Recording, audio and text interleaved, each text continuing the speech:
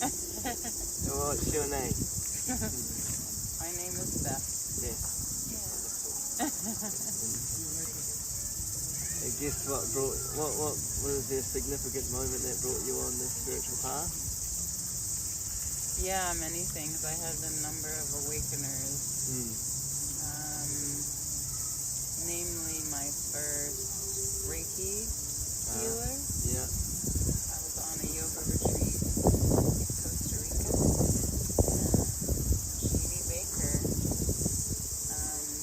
did a healing and saw 3 faces all over my body. Wow. And when she was doing it, it lasted much longer than she had expected. And afterwards, one of the other facilitators said, like, what happened? Because when she put her hand over my heart, she felt like this shockwave. Really? Yeah. Did she say what their faces were? She didn't know. I later knew. Yeah. Yeah. That was a big eye-opener. Yeah. Was it like their past? No, it was 3 people in my life. Yeah. Yeah. Wow. Yeah. They cleared them out? They have all been cleared. Yeah. Yeah.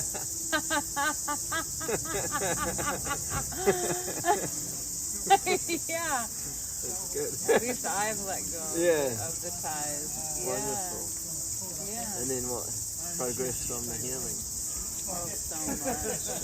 It took years and years for me to even do that. Like the 3rd person was even just only a year ago. Oh, wow. Yeah. Oh. And that took me basically my whole life to let go of, to understand. Yeah. The journey. Yeah. It was mostly about abandonment and not abandoning myself any longer, and just choosing to not try to change anyone else anymore. Yeah. And just realizing that in me trying to, thinking that it was a situation that I was meant to help, you know, to guide, it's really just needing to recognize that it's not for me and to walk away as opposed to Trying to be the healer and the rescuer. yeah, trying to fix it when there's a beautiful man, Brandon, who worked at Harry Haralaya Retreat Center in Cambodia. I was talking to him about one of these people. He just said, you know, when you're trying to change them, it's not really helping. You're trying to change them, so who's that helping? Yeah. You know? You're not accepting them.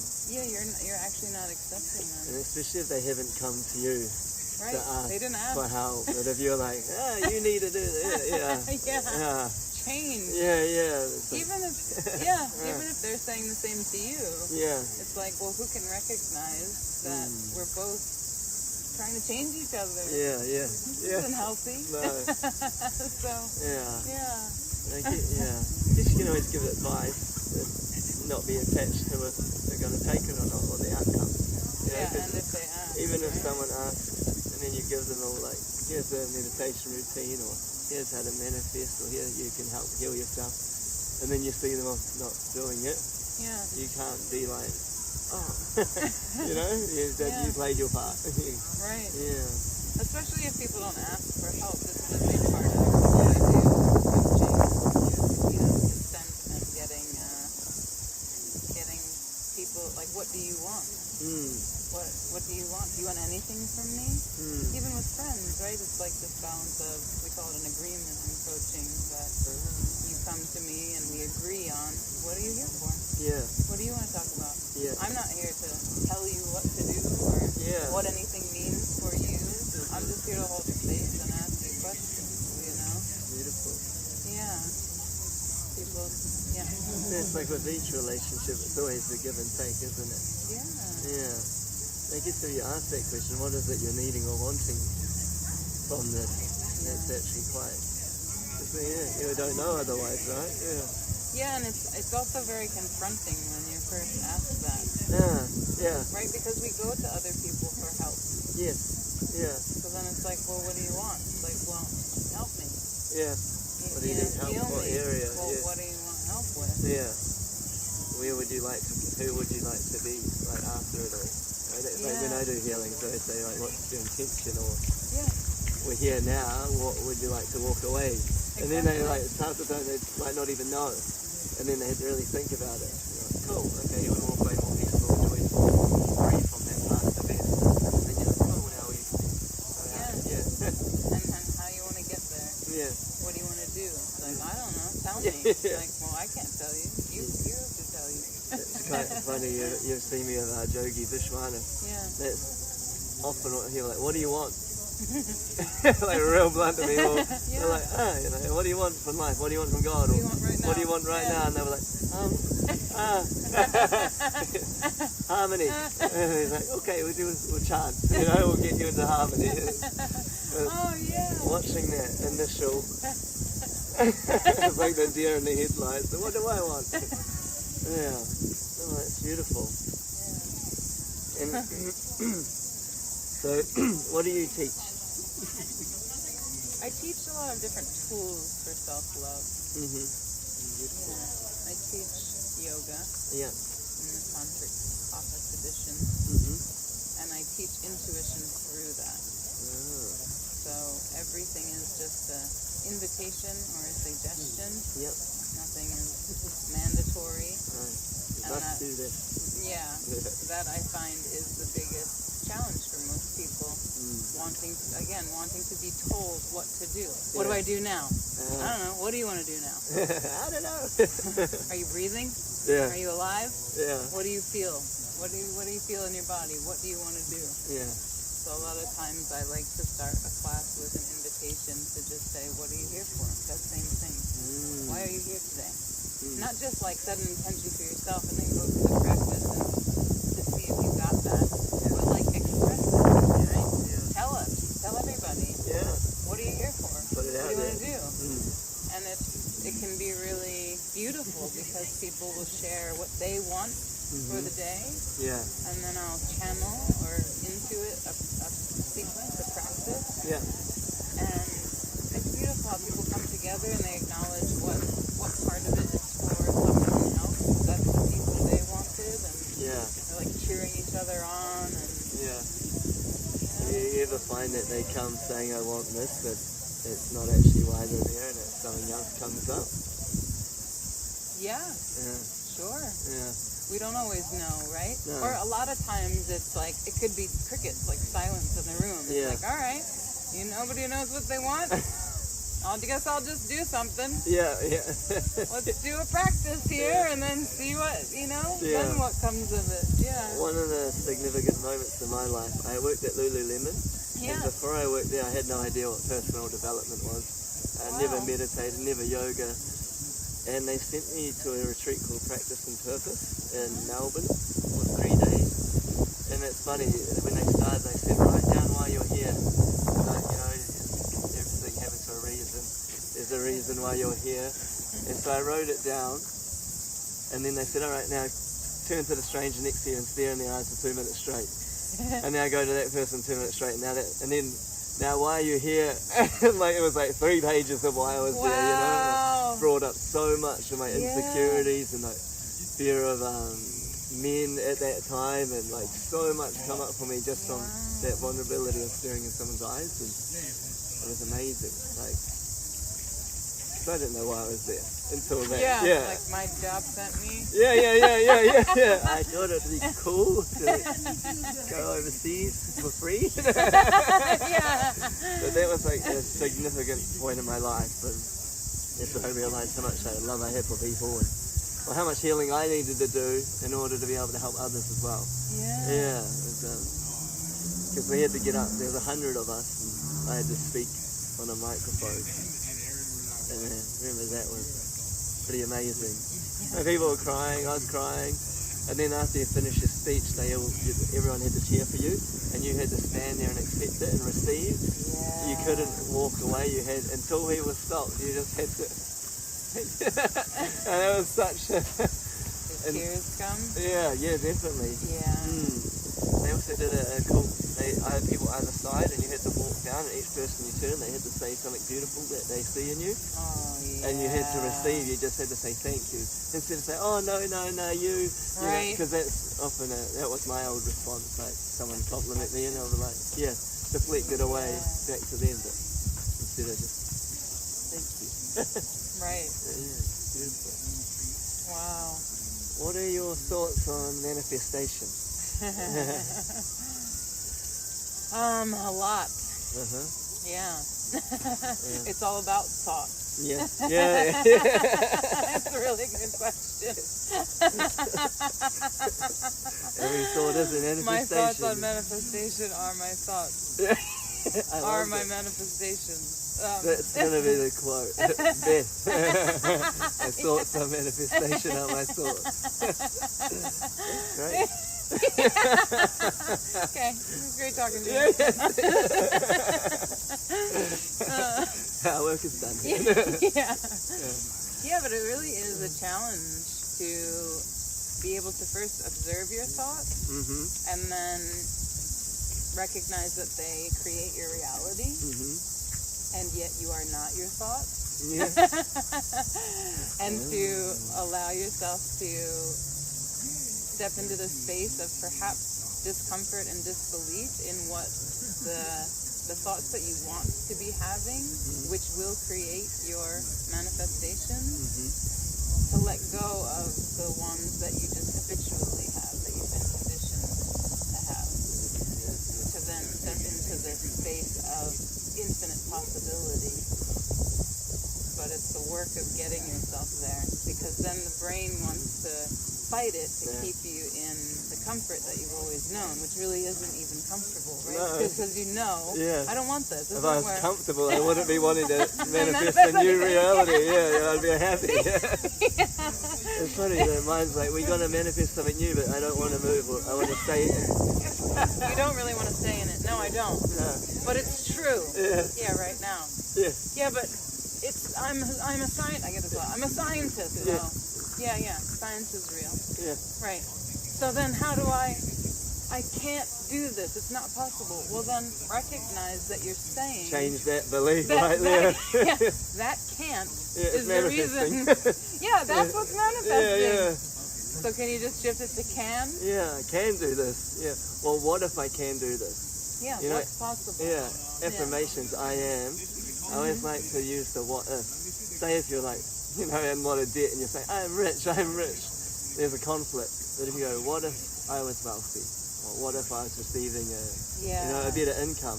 And then the imagination says, oh, what if? Oh, I'd be able to take my friends out to dinner. Or I'd be able to go to a festival and meet other people. What if? And then that slowly, for me anyway, it moves me into then that state of being to say, I am. Yeah, it's like the steps to get there, right? Yeah, it's like a wee ramp. Yeah. Ramp up to the podium of I am. Yeah, I love that. Yeah. What if is the parallel that I use is what would be possible if. Yeah. Right? Like if you had all that money, what's possible? Yeah. That's not possible now. Right? Without it. Yeah, that's right. If you stay in that mindset, what's not possible? So then you get to recognize your why. Yeah. Why do I even want this? Instead of why am I poor? Yeah. Because there's infinite reasons for that too that our brain and our subconscious can tell us all about. But it's not really that interesting. No. Because it's such an old story. That's right. Right? Yeah. And then when you get blessed with the knowledge, and when you can truly grasp it, and you can realize it, I think that's when the big shift happens. Like, a significant moment, I had this egoic desire to live in a mansion on the hill. Yeah, and I don't know why. I think because I didn't grow up with like heaps of, I just grew up quite regular. But, it's like, I just want to live in a mansion. So every night I'd imagine, I was laying in my bed, and I was looking out the window over the city. And I wrote down, I'm so happy and grateful I live in a mansion on the hill. And I would just repeat that every night. And then my lease in my house came up. Well, we need to find a new house. And there were 6 of us. And we went looking for houses on the hills because I was like, I want to live on the hill. And I was like, you're really trying to force it? And then none of them worked. And then they ended up getting a 4-bedroom and they wanted all 6 of us to live there, like one in the garage. I'm like, this isn't what I feel it so really. I'm in a mansion on the hills. And then I went and meditated and seen and felt it again that I was in the mansion. I was like, it's true, I can feel it. And then thought, you need to go see your friend Tim. I said, oh, Tim, are you available? He said, yeah, come over. I drove over. I was like, Tim, they wanted me to move in a 4-bedroom home. There's 6 of us. I'm meant to be in the mansion. And he said, oh yeah, my friend, they just moved into a mansion on the hill. They're looking for a flatmate. And I was like, what? And he showed me the photo of it, and it's like pillars, like this big Greek mansion with triangle gardens, the whole city view. And I was like, oh my God, it's working. And then I went there and they're like, I'd love you to live with us. And next, you know, the first night I was laying in my bed, looked over and seen the whole city. And that was when it was like such a profound, like, my imagination, my thoughts truly create my reality when I consciously create a scene. Yeah. What was the little shift in it? Because you were doing the thing, right? You were doing the work of the envisioning, and then things started appearing in your reality, but they didn't match yet. So what shifted? What shifted? It's a good question. I would say must have been, I feel like what comes to me is like the letting go aspect, when I was like, oh, maybe this just isn't going to happen. And I kind of at one point surrendered. I was like, oh, maybe I'll just live in this sweet house. But I'm not sure, because I don't know if I did, because then I went back to meditating and knew it was going to happen. I like so strongly felt that it was meant to happen. Yeah, I'm not sure what the shift was. You want to hear what I heard? Yeah. What I heard was you went back to, you felt like that's not it. That doesn't match. And so you returned to source. You went back to meditate and envision it again. And then what came up was, call Tim. And you just trusted it. It didn't look like, it wasn't a house, it wasn't a mansion that appeared. No. It was Tim. It's Tim, a connection. It was a message. And you followed it, and that led you there. 100% right. So what do you think about that? Trust the intuitional thoughts that come up after you're meditating. It's inspired action. It wasn't me forcefully looking on Trade Me for a house on the hill. It was I meditated and then had an inspired action to follow, push me to do. That you'll be guided. Be guided. And it might not look like what your human brain thinks, right? Like in the Bible it says that God's ways are greater than ours. You know, like you just don't even know. Right, we can't imagine that's the funny thing about manifestation, right? We have a human brain and we can't understand, yet we try so hard to understand and to force the thing that we want into existence. Like as if it's gonna just, like I think it and then it's gonna appear. It's a very literal thing. But really how it works is when you do the work to envision it, and then you let it go. That's what you said, right? The letting go. Letting go. Yes. Because if you're too attached, you're digging up that seed. If it sprouted, it's sprouted, and just damaging it. And then it shows up in the way that you couldn't imagine, but you always knew. In the most natural way that just a regular person would be like, oh, that would have happened anyway. But I know, I've seen it in my mind, I created it, that's where the proof, like when I teach manifestation, I like start with receiving a free cup of coffee. Create a scene that you're telling your friend, I keep getting brought coffees all the time. Because I started like that, and then I kept getting brought so many coffees that I no longer drink coffee, And still people come up and they're like, you want a coffee? No, thank you. Or something as simple as petting a black cat. Pet a cat, hear it purring, feel the fur, feel the joy of, having a little animal, and then let it go. And then you'll start seeing black cats everywhere, and then you'll be patting one, and you're like, okay, it builds that faith that it works. And then, like, because I've manifested free trips to America, like staying on the ashrams, and so much stuff, like cars, beautiful tiny home amongst the hills, and lots of things. Yeah. The funny, like when it comes back to why do I want this? After having the mansion, I'm like, well, you gotta have something else. Yeah, right? yeah. What's next? Yeah, what's next? What's next? Yes, you can have that experience, and yeah. then. And then.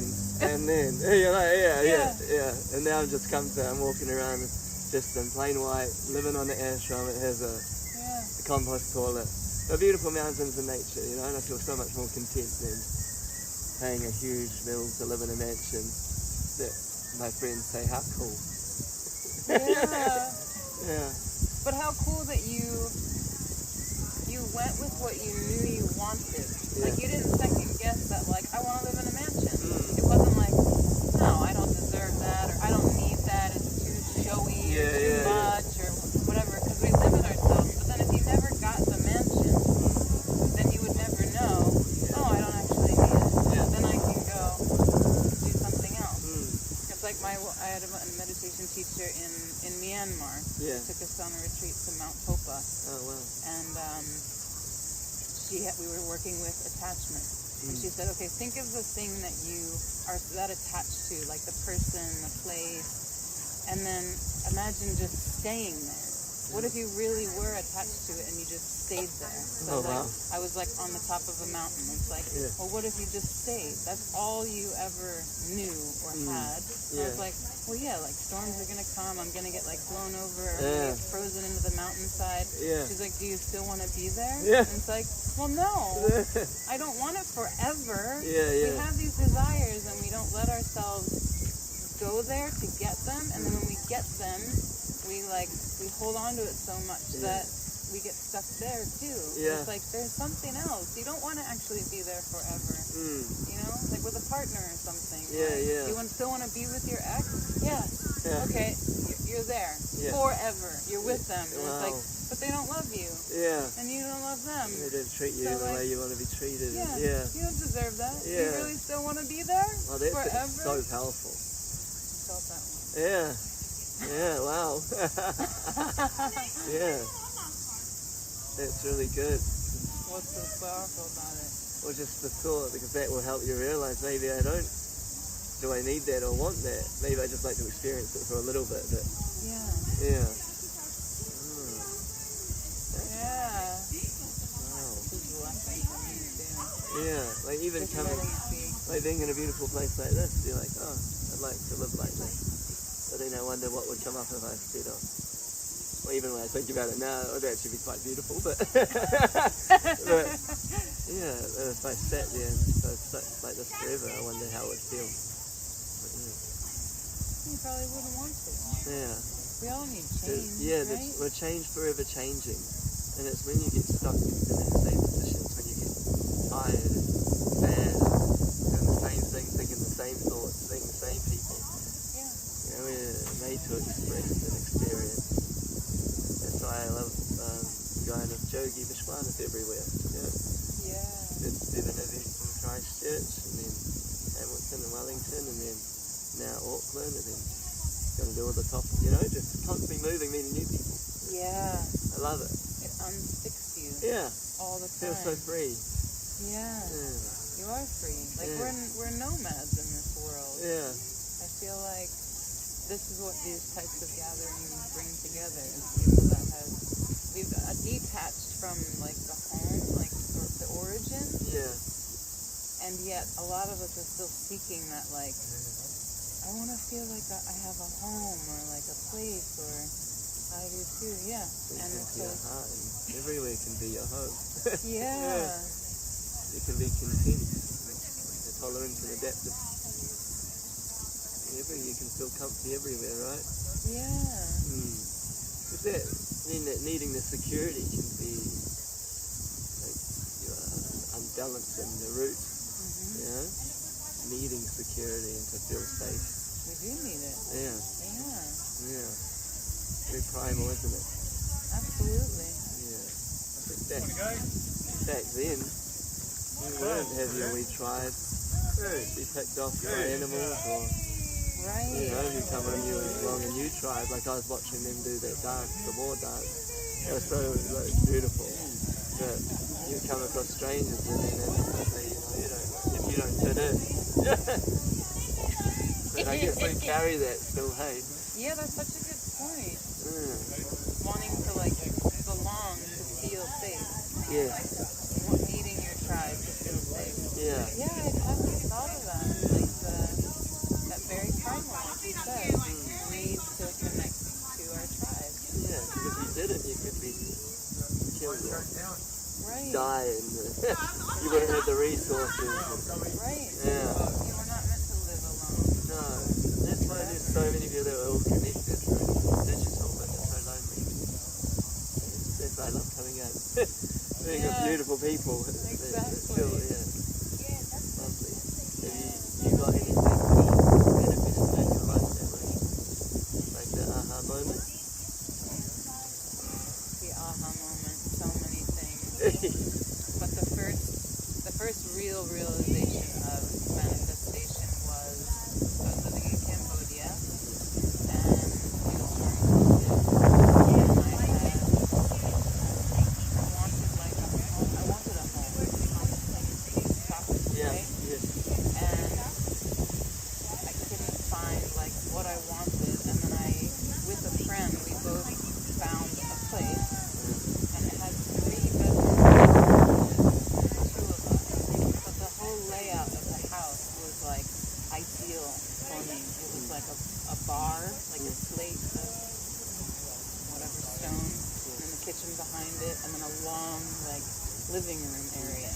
So you could like move around, have people, have food, and still, be in the kitchen and be cooking and have people there. Like I like that. Cooking for you, but I'm still here with you. Yeah, as well. you're not separated. Yeah, it's not like in another room. You're amongst it all. Yeah. Yeah. And my friend loved it too, so we decided to rent it. Yeah. And then at the very last minute, she just said, I can't, it's not resonating for me anymore. And I was like, oh no, like, I'm meant to like split the rent with you, so like it's not feasible. Yeah.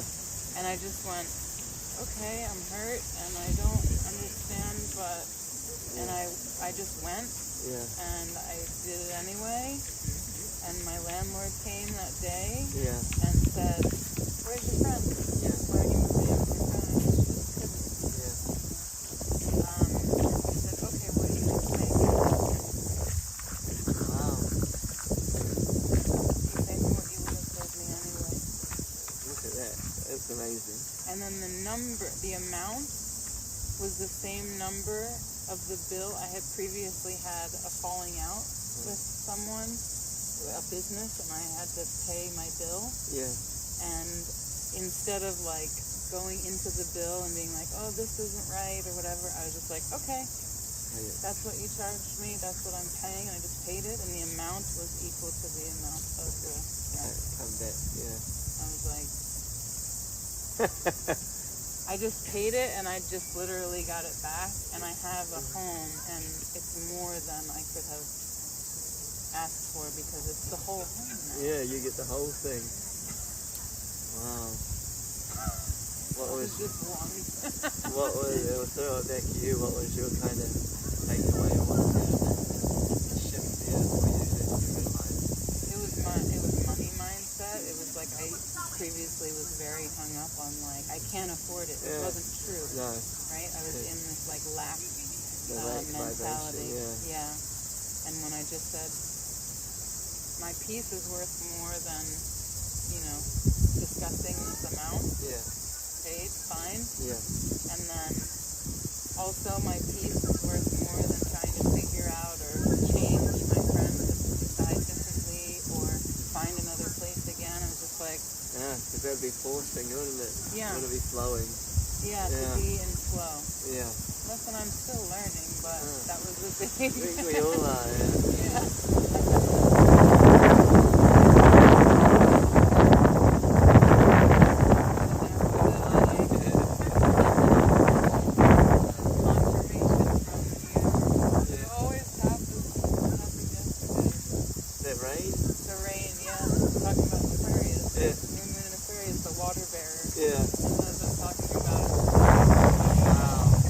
Where I was when it started raining was this feeling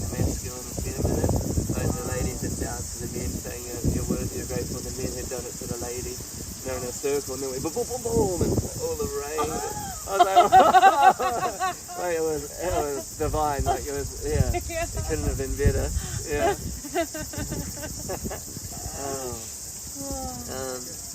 One more. What is your concept or your feeling or insight into God, universe, consciousness? What do you feel it is, or how do you connect? Yeah, great question. I believe it is all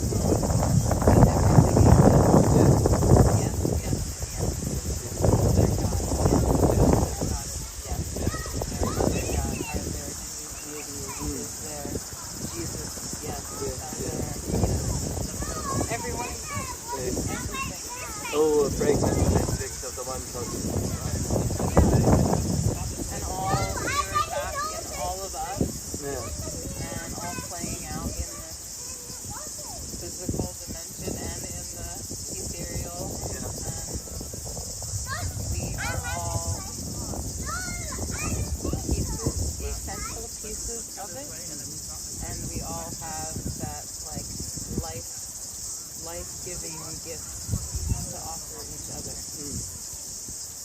Yeah. Offering ourselves. Yeah. We are our offering. Yeah. We are our God consciousness or goddess consciousness. Or, yeah. Beautiful. Yeah. It's all love. It is. It's God making the weeds cicada sound. Yeah. Exactly. God's the air, the wind, the you, the me, the camera, the audience. Yeah, every bit. I always like to say it's like everyone is just God's playing dress up. Yeah, I really like the Odyssey, the Iliad and the Odyssey. Have you read those by Homer? No.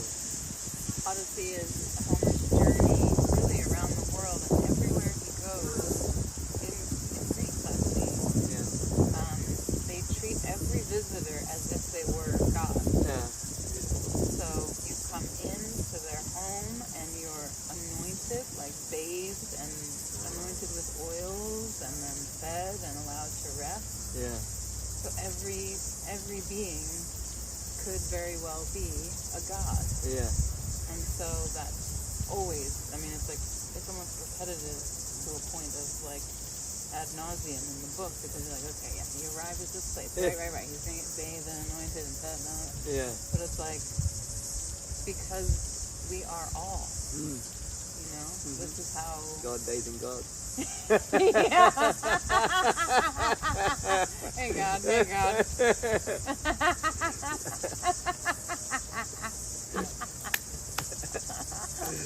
It is kind of a deep concept to even comprehend and realize. Yeah. It's beautiful when you do, like when it resonates with you. Yeah. That's like when I'm doing work, you know, it's like I learned on the ashram in America. Because after my awakening, all I wanted to do was meditate, you know? Yeah. And then my mum's like, Gary, you can't live like this. You're not a yogi or a monk getting looked after. I'm like, well, I'm sure it will happen, but I'm like, you're right. She's like, you need to go live as a monk and see what it's like. It might be your path. So I did it, and they really drilled it in that you practice, then you work, but you're being of service to others. You see God within it all, and you're serving God. So when I'm like picking the fruits and picking them to feed God, to serve my brothers and sisters, and really that shift helped me come back into the world and work, and be a part of society again. And because it was different, like I'm serving. Wow. See God in all, everyone, and I'll serve, and I'll be happy to do it. And you know, there's still moments where I'm like, I just want to sit and meditate all day long. Yeah. And we do. Yeah. I feel like the priestesses of Avalon bring this into our consciousness that we all need seasons of solitude. Yes. That without that time spent alone with oneness, with Source, with God, that we just need it. I don't even want to say or else. There's no or else. That's it. We all need it. We deserve it.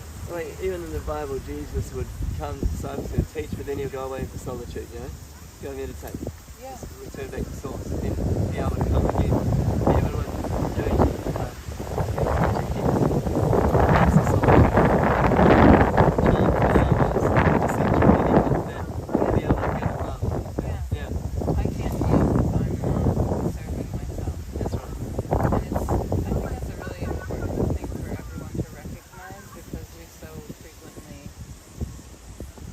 exhaust ourselves, even as givers and healers.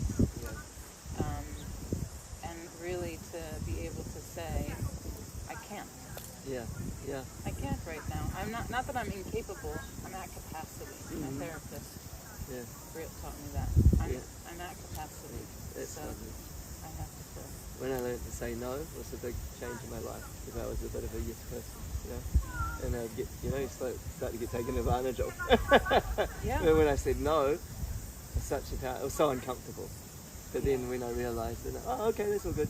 It was like, no, they're going to be okay. Yeah, they're fine. There's someone else. And I was like, I don't have to. I don't need to. I can just say no when I am at capacity, or it's not something that aligns, or I'm not responsible. Yes. This isn't mine. Yes. Yeah. Or it's not mine right now. Yeah. Even. Yeah. Not today. I can help you next week. Or, Yeah. I mean, Jesus died. Yeah. And then what happened? Resurrected. Yeah. I mean, that's not a lesson. It's like things need to die. We need to die. This is the world of death. Everything here dies. It's just a part of the cycle. This is why Shavasana is so important. We need to die. So we can let everything go. Die daily. Die to your old self. In terms of manifestation, if you're wanting to be this new version of yourself, the old version of you has to die. You have to surrender that over daily, and then I am this new version of me. This is how I act now, and this is how I speak. This is how I present myself. It's no longer this. So you just die daily to, Oh, I love that. Die daily. I used to say, I make mistakes. Make mistakes. Sometimes I make 10 mistakes before breakfast. Great. Let that go. Let that go. You're always making mistakes. Oh, that's wonderful. Pleasure connecting with you. Oh, it's such a pleasure. Thank you so much. Taking your brain and consciousness. Lovely. Thanks for sharing and being kind. So nice to know you. Where can people find you? You got I have lots of things. I have Instagram, Holistic Intuition Coach. I have Facebook, Self-Love Coaching. Are these the names of the pages? I'll get them up. I'll put a link in the description. Great. Or I'm just holisticintuitioncoach@gmail.com. Very good. Simple. Easy. Very good. Hopefully. Oh, wonderful.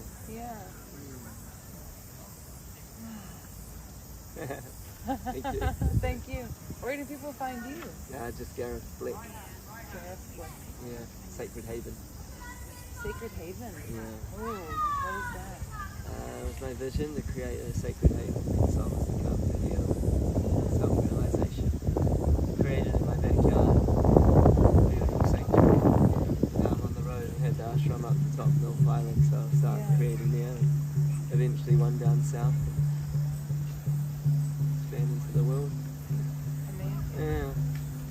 I love it. This sanctuary concept. It's so needed.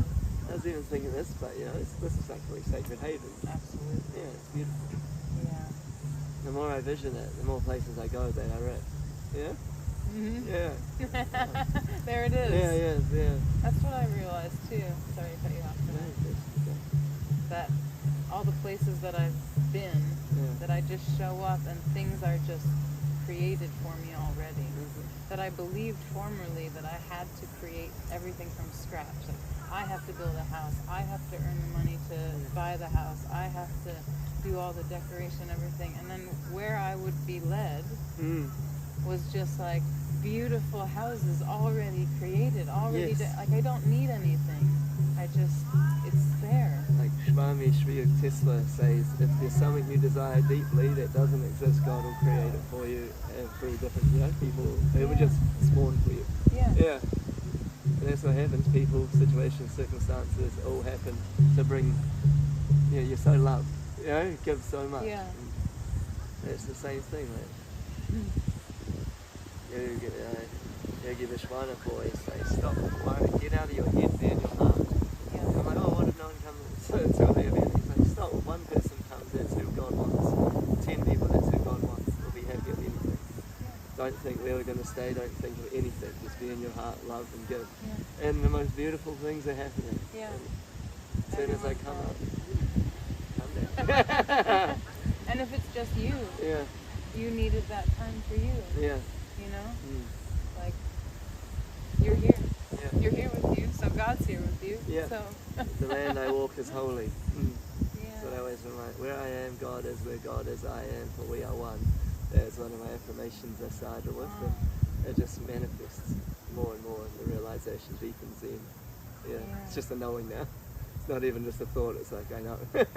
Yeah, you don't even, almost like become so repetitive that you don't need them anymore. Yeah, right? it just becomes a natural. Yeah. It's just a tool. You're like, so it is. It is, yeah. It is, yeah. Yeah. You don't even need to say it. Yeah, that's right. Yeah. Ain't that a trip? Yeah. It's like a trip, Yeah. right? Yeah. Like, words don't, it just is. It just is.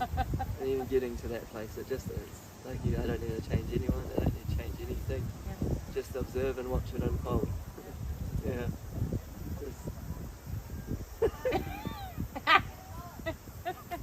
I can't write. So, Word, I name that word. What do you want to say about it? My child created. Yeah. Good. What can you teach? Now. Oh, circulars? Yeah. Caniculars? Yeah. Okay.